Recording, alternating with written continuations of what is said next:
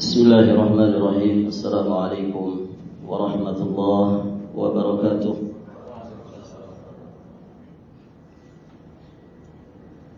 Alhamdulillah hamdan yaliqu bi jalalihi wa 'azimi sultanihi.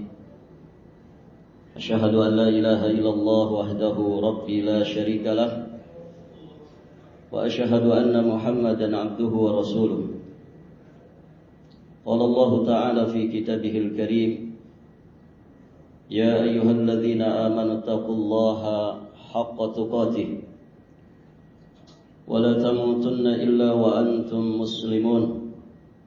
Amma ba'd, fa inna ahsanal kalami kalamullah wa khairal hadyi hadyu Muhammadin sallallahu alaihi wa alihi wasallam. Wa syarrul umur muhdatsatuha fa inna kulla muhdatsatin fid dini bid'ah wa kulla bid'atin dhalalah wa kulla dhalalatin finnar. Para hadirin jamaah salat asar rahimani wa rahimakumullah. Alhamdulillah, kita senantiasa bersyukur kepada Allah Subhanahu wa taala pada kesempatan yang berbahagia ini.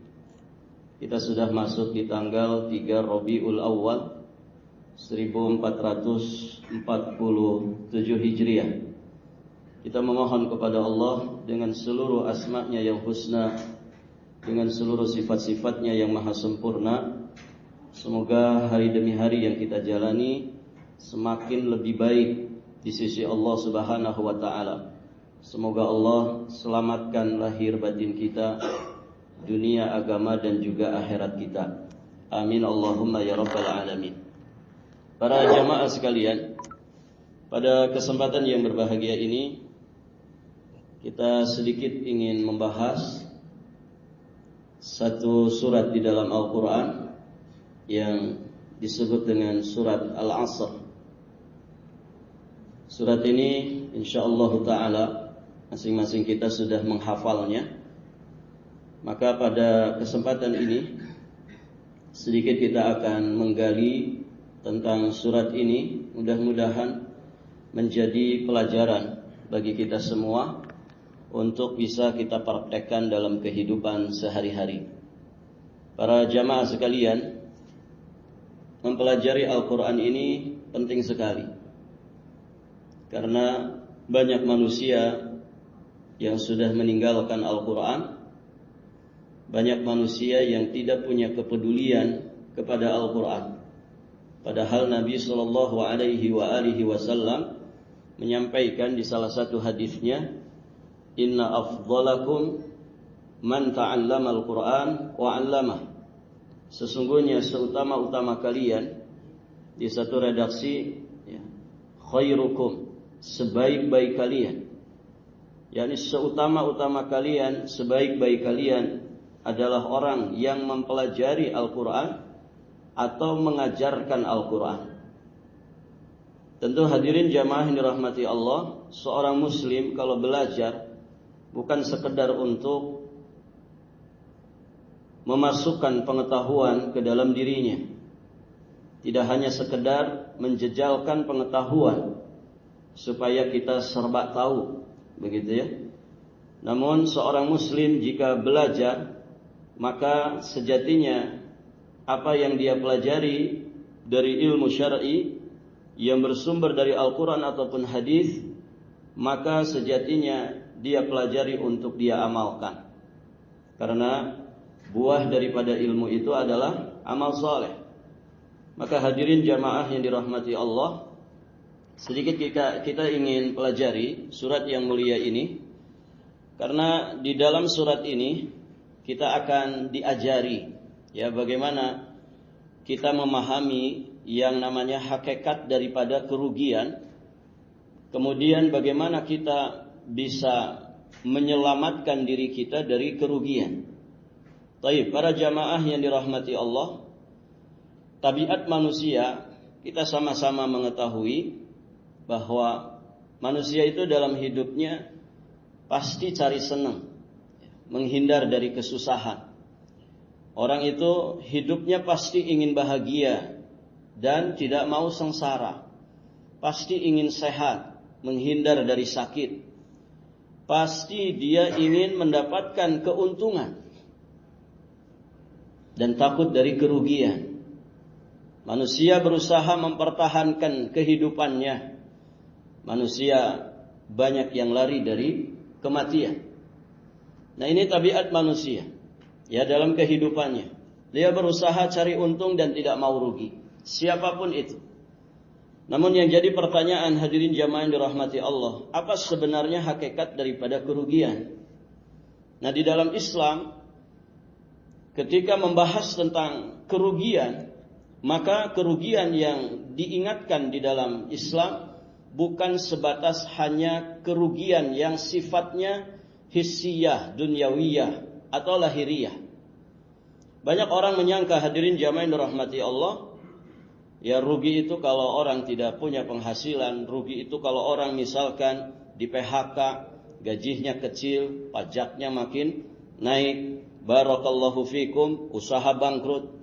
Taib, itu bagian kecil dari kerugian. Namun ternyata di dalam Islam, hadirin jamaah yang dirahmati Allah, Allah Subhanahu wa taala dan juga Rasulnya sudah banyak menjelaskan kepada kita, hakikat kerugian itu lebih dalam dari apa yang dipahami kebanyakan manusia. Allah Subhanahu wa taala menyebutkan di surat Ali Imran ayat 185.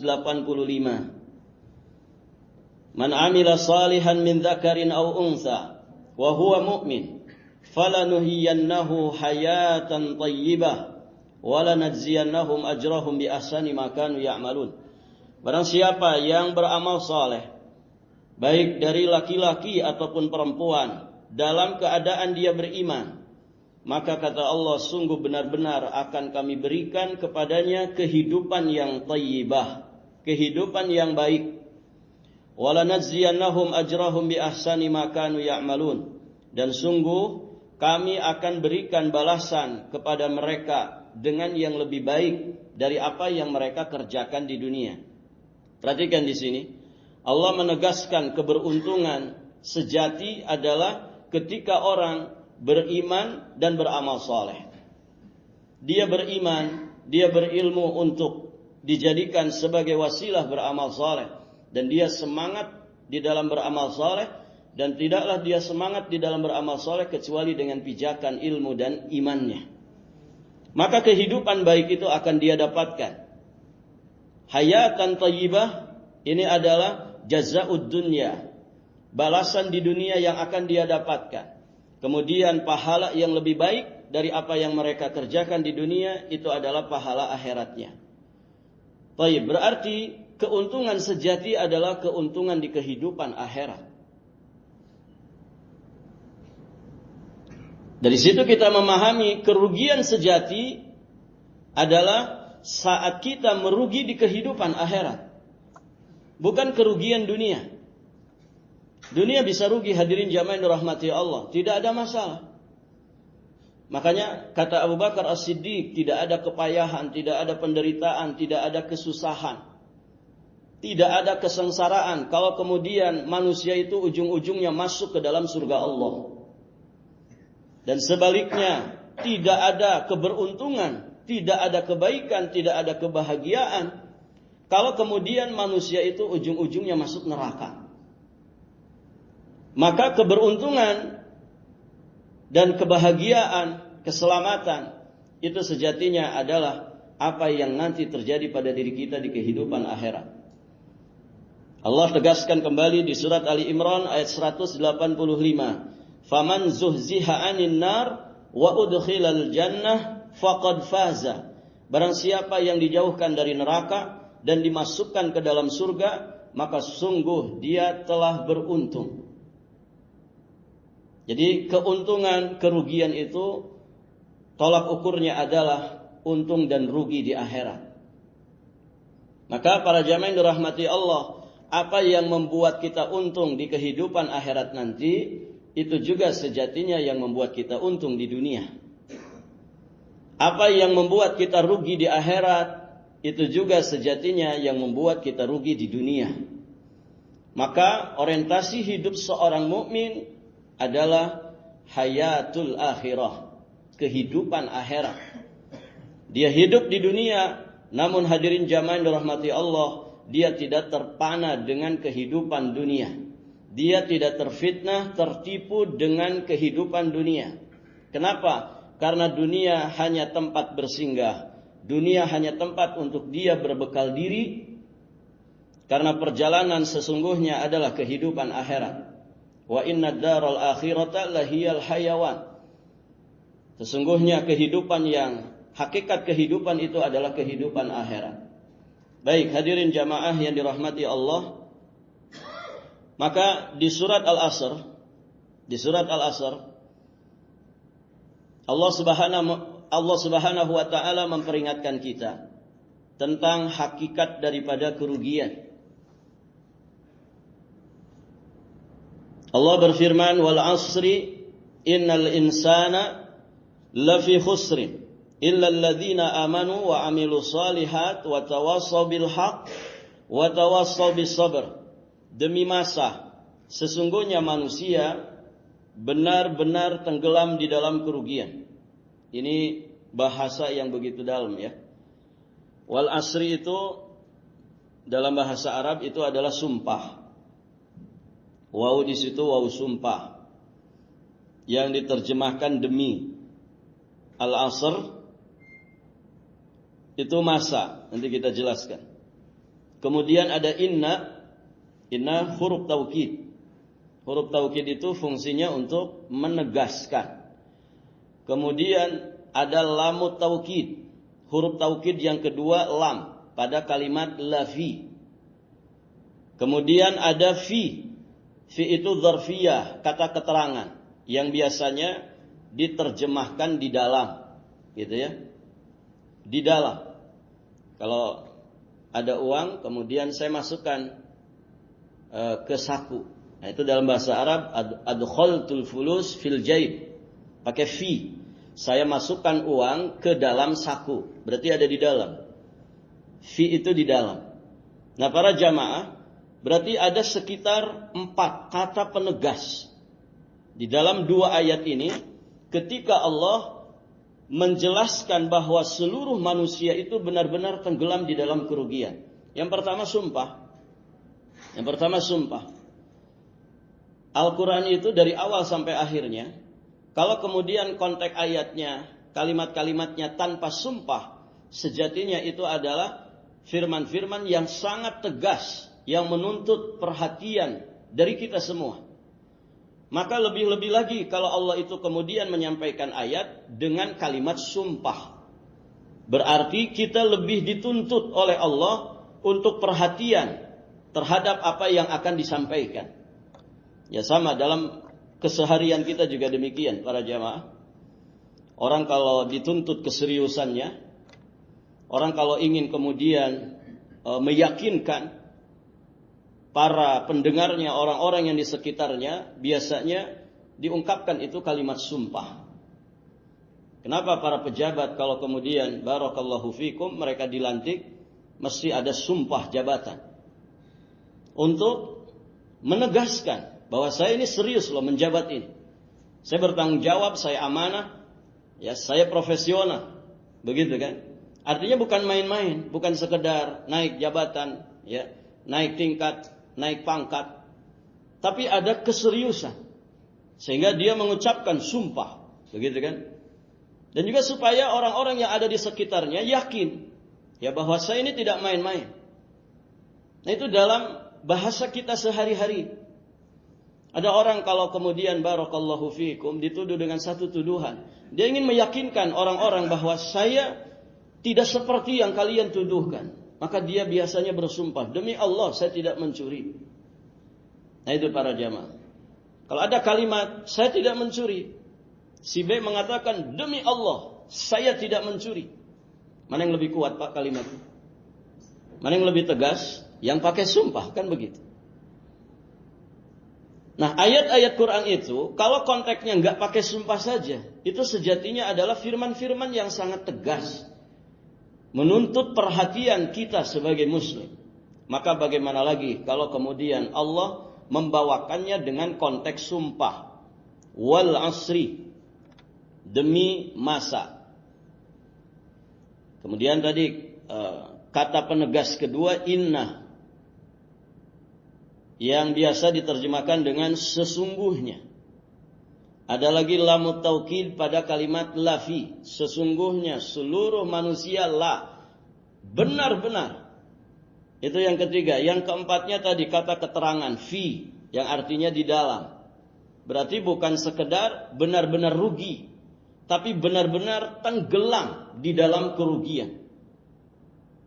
Nah, kalimat-kalimat begini ini tidak bisa diwakili sama terjemahan. Ya, tidak bisa diwakili sama terjemahan. Artinya bahasa Arab itu kan ada zauknya, ada rasanya. Dan itu istimewanya bahasa Arab dibandingkan bahasa-bahasa yang lain. Dan bahasa paling indah, bahasa paling fasih ya bahasa Quran, bahasa Arab. Maka orang yang paham bahasa Arab ketika membaca ayat seperti ini dan dia tadaburi, itu luar biasa, memberikan sentuhan-sentuhan yang luar biasa ke dalam jiwa. Di mana Allah tegaskan setegas-tegasnya bahwa memang seluruh manusia itu tenggelam di dalam kerugian. Nah, kita kalau baca terjemahannya kan, demi masa sesungguhnya manusia benar-benar berada dalam kerugian. Ada 4 penegas sejatinya di situ yang menegaskan dan semakin mempertegas bahwa manusia benar-benar tenggelam di dalam kerugian. Baik para jamaah, di sini Allah Subhanahu wa taala bersumpah dengan asar. Ada 2 penjelasan. Asar di sini waktu asar, seperti yang saat ini kita berada di dalamnya. Al-asar yakni waktu asar, waktu asar. Baik. Sebagian mufassir mengatakan bahwa asar di sini itu masa, waktu secara umum. Kalau kita bicara waktu berarti dari apa? Dari apa, Pak? Ya dari detik kan jelas. Waktu itu kan kumpulan detik. Detak-detik jantung kita ini, ya itulah kumpulan waktu. Dari detik ke menit, dari menit ke jam, kan begitu. Dari jam ke hari, dari hari ke bulan, dari bulan ke tahun, dan demikian seterusnya. Baik, para jamaah, Allah itu kalau bersumpah, Allah bersumpah sesuai dengan kehendaknya. Allah tidak ditanya tentang perbuatannya, manusialah yang akan dimintai pertanggungjawaban atas perbuatannya. Maka kalau Allah bersumpah sesuai kehendaknya. Tapi manusia kalau ingin bersumpah, tidak boleh bersumpah kecuali hanya dengan nama Allah. Man kana halifan falyahlif billah. Siapa yang ingin bersumpah, maka bersumpahlah hanya dengan menyebut nama Allah saja. Berarti kalau ada orang bersumpah dengan nama selain Allah, kata Nabi, man halafa bi ghairillah faqad asyrak. Siapa yang sumpah dengan nama selain Allah, maka sungguh dia telah berbuat syirik. Dari mana kesyirikannya para jamaah? Ya, karena sesuatu yang disebut di dalam sumpah itu biasanya sesuatu yang diagungkan, diistimewakan. Maka tidak boleh ada yang diagungkan, dimaha besarkan, dimaha muliakan, dimaha agungkan kecuali hanya Allah Subhanahu wa taala. Pernah dengar gak orang bersumpah dengan nama Rasulullah? Demi Allah, demi Rasulullah. Boleh gak, Pak? Demi Allahnya boleh. Demi Rasulullah tidak boleh. Cukup dengan nama Allah saja. Tadi hadisnya. Man halafa bi ghairillah faqad asyrak. Siapa yang bersumpah dengan nama selain Allah, maka sungguh dia telah berbuat syirik. Man kana halifan falyahlif billah. Siapa yang bersumpah, maka bersumpahlah hanya dengan menyebut nama Allah. Artinya tidak boleh ada yang disebut dalam sumpah kecuali hanya nama Allah. Dan Rasulullah itu bukan Tuhan. Beliau utusan Allah dari bangsa manusia. Abdullah wa rasuluh, hamba Allah dan utusan Allah yang diutus oleh Allah Subhanahu wa taala sebagai wasithah, perantara antara manusia dan Allah Subhanahu wa taala di dalam menyampaikan risalah. Beliau bukan Tuhan. Maka kata para ulama, Rasulullah itu Abdullah fala yu'bad. Beliau itu hamba Allah, maka tidak boleh dituhankan, tidak boleh diibadahi. Wa rasuluhu fala yukadzab. Rasulullah itu adalah utusan Allah, maka tidak boleh didustakan ajarannya. Maka dua kalimat ini, Abdullah wa rasuluh, yang juga sering kita baca di dalam tasyahud, di dalam bacaan-bacaan syahadatain. Para jamaah yang dirahmati Allah, sejatinya merupakan bantahan bagi orang yang meremehkan Rasulullah atau terlalu berlebih-lebihan sampai menuhankan Rasulullah sallallahu alaihi wasallam. Kalimat Abdullah itu bantahan untuk mereka yang ghulu, bersikap berlebih-lebihan kepada Nabi sampai menuhankan Nabi. Kita katakan beliau itu adalah hamba Allah. Beliau manusia. Bahkan Nabi mengatakan ansa kamatan saun. Saya mengalami lupa sebagaimana kalian juga lupa. Ana basyarum mithlukum. Kata Nabi, aku ini manusia seperti kalian. Butuh makan, butuh minum, kadang berjalan di pasar. Barakallahu fikum. Saya juga mengalami lupa. Tentu lupanya Nabi tidak sama dengan lupa kita. Lupanya Nabi, lupa pada hal-hal yang tidak mencacati syariat. Tidak mencacati kenabian, kerasulan beliau. Lupanya beliau itu mengandung hikmah besar bagi umatnya. Makanya ada sujud sahwi, kan begitu ya. Ada qadha salat bagi yang lupa.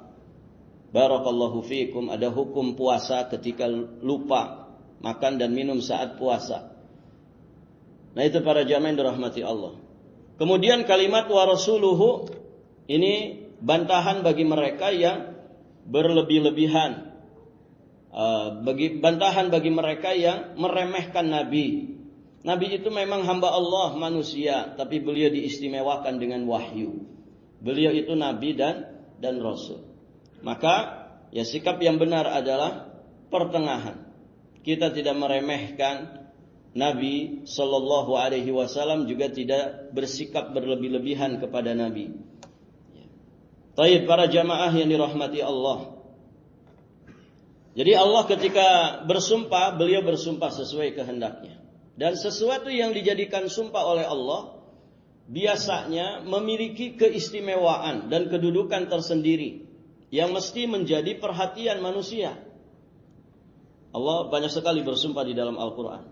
Kadang bersumpah dengan matahari, kadang bersumpah dengan bulan, kadang bersumpah dengan bintang. Barakallahu fikum. Nah, termasuk di sini Allah bersumpah dengan waktu. Kalau kita maknakan asar di sini waktu asar, berarti tidak pernah bergeser satu waktu ke waktu berikutnya, melainkan Allah selalu mengingatkan kita dengan sumpahnya. Mulai dari wal fajri, demi waktu fajar. Waktu fajar itu waktu apa, Pak? Waktu sholat subuh. Ada fajar kadzib, itu muncul sebelum datangnya sholat subuh. Kemudian ada fajar shadiq, itulah waktu subuh. Kemudian geser dari waktu fajar, masuk waktu pagi. Was-subhi idza asfar, demi waktu pagi, subuh. Ya, orang kita menyebutnya subuh. Orang Arab itu kalau nyebut sarapan, hayya ikhwan, subuh, subuh, subuh, subuh. Subuh itu maksudnya sarapan, makan di pagi hari. Baik para jamaah. Ketika geser sedikit dari fajar ke subuh, maka Allah jadikan ya sebagai sumpah, was-subhi idza asfar, demi waktu subuh. Nanti geser sedikit dari waktu subuh, Allah juga menjadikannya sebagai sumpah, yakni waktu duha. Wad-duha wal-laili idza saja, demi waktu duha. Nanti geser dari waktu duha masuk waktu siang. Wan nahari idza tajalla, demi waktu siang. Bergeser sedikit dari waktu siang masuk waktu asar. Maka Allah bersumpah di sini wal asri, demi waktu asar. Geser dari asar masuk apa? Habis asar apa, Pak? Waktu maghrib. Maghrib itu adalah saat matahari terbenam, kan begitu ya. Ketika matahari terbenam masuk waktu maghrib. Malam itu diawali dari terbenamnya matahari.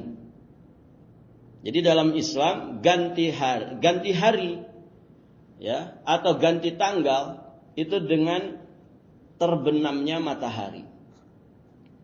Terbenamnya matahari. Maka berarti dari asar masuk waktu malam yang diawali ditandai dengan terbenamnya matahari. Ketika masuk waktu malam, Allah pun menjadikannya sebagai sumpah. Wal-laili idza saja, demi waktu malam. Masya Allah. Berarti para jamaah, Allah selalu bersumpah dengan waktu. Dari satu waktu bergeser ke waktu berikutnya, Allah selalu menjadikannya sebagai alat sumpah. Di sini saja sudah mengandung pelajaran bagi kita. Jangan sampai sia-siakan waktu. Allah selalu mengingatkan kita tentang waktu. Dan waktu-waktu yang tadi disebutkan itu, yang dijadikan sumpah oleh Allah, pasti di dalam Islam ada bimbingannya bagaimana cara kita memanfaatkan waktu itu. Nah itu hadirin jamaah yang dirahmati Allah. Al-Asr. Sebagian mufassir mengatakan asar di sini waktu secara umum. Semua waktu. Berarti dari detiknya sampai tahunnya. Barakallahu fikum. Kemudian berikutnya innal insana lafi khusrin. Sesungguhnya manusia benar-benar tenggelam di dalam kerugian. Alif lam pada kalimat al-insan itu istighraqiyah. Mencakup seluruh manusia. Tua mudanya, laki-laki, perempuannya, kaya miskinnya, pokoknya semua manusia dinyatakan merugi. Semua manusia dinyatakan merugi. Nas'alullah as-salamah wal afiyah. Baik, para jamaah yang dirahmati Allah, dari dua ayat ini kita memahami hakikat dari kerugian. Di antara hakikat dari kerugian adalah kerugian waktu. Waktu itu adalah modal utama bagi manusia. Semua peribadatan di dalam syariat Islam itu selalu berkaitan dengan waktu. Maka siapa yang menyia-nyiakan waktunya, berarti sejatinya dia menyia-nyiakan, menghambur-hamburkan modal hidupnya. Ini penting diperhatikan. Imam Ar-Raghib Al-Asfahani rahimahullahu ta'ala, beliau mengatakan, annal khusran yakni dhihabu ra'sil mal kullihi au ba'dihi. Kerugian itu sesungguhnya adalah hilangnya seluruh modal atau hilangnya sebagian daripada modal. Modal bagi manusia itu, para jamaah yang dirahmati Allah, adalah waktunya, umurnya. Kalau kemudian hilang sebagiannya, maka rugi dia. Atau kalau hilang seluruhnya, tambah rugi lagi. Modal pada manusia itu ya umurnya itu, para jamaah. Kalau dihambur-hamburkan, sama saja kita menghambur-hamburkan modal. Ya, hitung-hitungannya gini Pak. Orang kalau modal besar dengan modal kecil, kira-kira potensi keuntungan lebih besar yang mana? Yang modal besar atau modal kecil? Jelas modal besar. Ada orang punya modal 1 miliar. Dengan yang modalnya cuma 100.000. Ya. Dia jualan mungkin kue kecil-kecilan. Taib. Kalaupun 100% itu untungnya 100%, berarti dia dapat untung 100.000, kan begitu. Tapi kalau 1 miliar, barakallahu fikum, modalnya 1 miliar, 10% aja dari 1 miliar, berapa Pak? Berapa? 100 juta. Nah, berapa? 10 juta. Udah punya duit segitu sih ya, susah ngitungnya. Baik para jamaah, artinya jelas lebih besar, kan begitu. Paham maksudnya? Orang itu kalau tidak menyia-nyiakan umur, artinya dia setar saat dia akil balik itu, betul-betul setar dengan kebaikannya, dengan bekal terbaiknya. Itu kan potensi dia dapat limpahan keuntungan pahala itu lebih besar daripada orang yang setarnya usia 50 tahun. baru ngeh, baru nyadar, baru tobat itu usia 50. Ada orang yang istiqomah, ya dari akil baliknya sudah tertata hidupnya, ya dengan pendidikan dan bimbingan orang tuanya, sampai kemudian dia mati di usia 70 tahun, konsisten dalam kebaikan. Tentu jika dibandingkan dua orang ini, yang startnya dari akil balik dengan yang startnya usia kepala 5, matinya sama-sama 70 tahun. Dia cuma 20 tahun punya maksimal umur. Sedangkan yang start dari akil balik, barakallahu fikum, kalau dia akil balik usia 15, mati di usia 70, berarti berapa? 55 tahun. Modalnya lebih panjang, potensi keuntungan pahalanya pun pasti lebih besar. Begitu para jamaah. Maka menyia-nyiakan umur itu sejatinya kerugian hakiki. Mohon maaf Pak, di masa ini betapa banyak orang yang memurah meriahkan, menghambur-hamburkan umurnya. Ya, punya istri dianggurin, gitu ya. Untung tidak disita negara juga. Gitu ya. Kenapa? Karena suka nongkrong sama teman-temannya. Pulang tengah malam dari kafe kopi, gitu ya. Minum kopinya kebanyakan, tidak bisa tidur. Ya. Barakallahu fikum. Hanya hahaha. Urusan-urusan duniawi yang tidak manfaat. Bahkan tidak ada dunia, tidak ada akhirat. Ya, dalam tongkrongannya itu. Bahkan nauzubillah, sebagian orang menghabiskan usianya dalam dosa dan maksiat. Ya. Ada orang-orang itu Pak, yang orientasi jiwanya itu bahimiyah. Bahimiyah itu binatang ternak. Coba lihat binatang ternak. Orientasi hidupnya apa? Makan, minum, kawin. Begitu kan?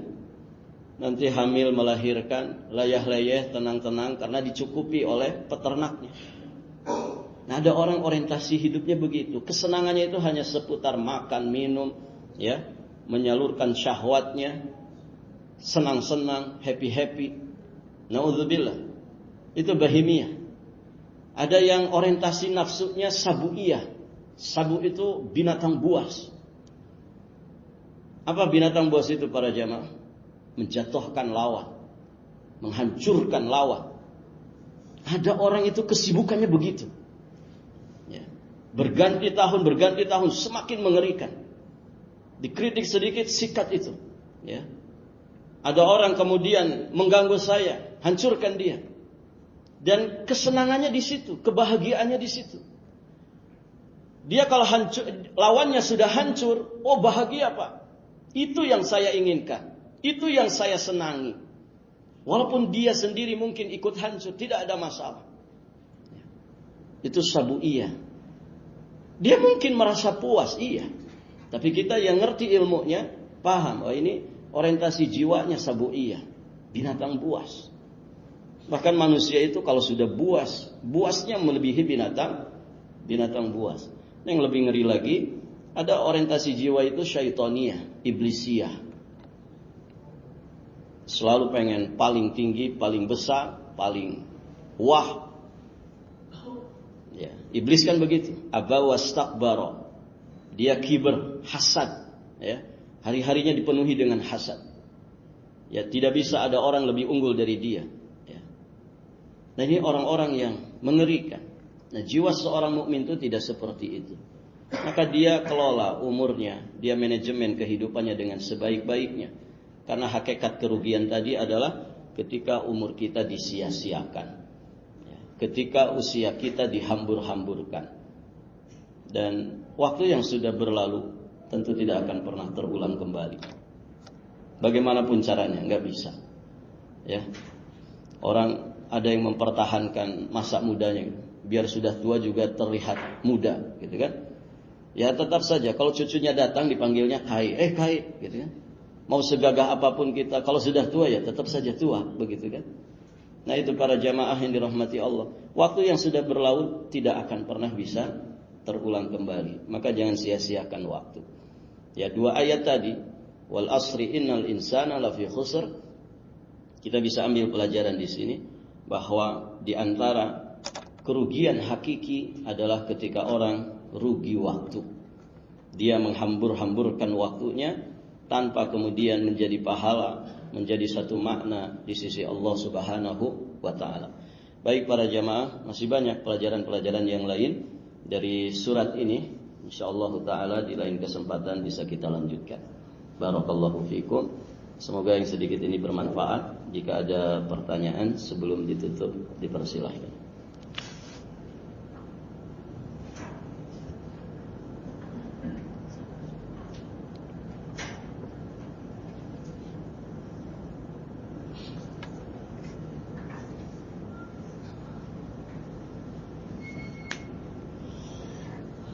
Tidak ada? Baik, alhamdulillah. Kalau tidak ada pertanyaan, kita langsung tutup dengan sama-sama berdoa kepada Allah Subhanahu wa taala untuk kebaikan dunia dan juga akhirat kita. Allahumma shalli ala Muhammad wa ala ali Muhammad kama shallaita ala Ibrahim wa ala ali Ibrahim innaka Hamidum Majid.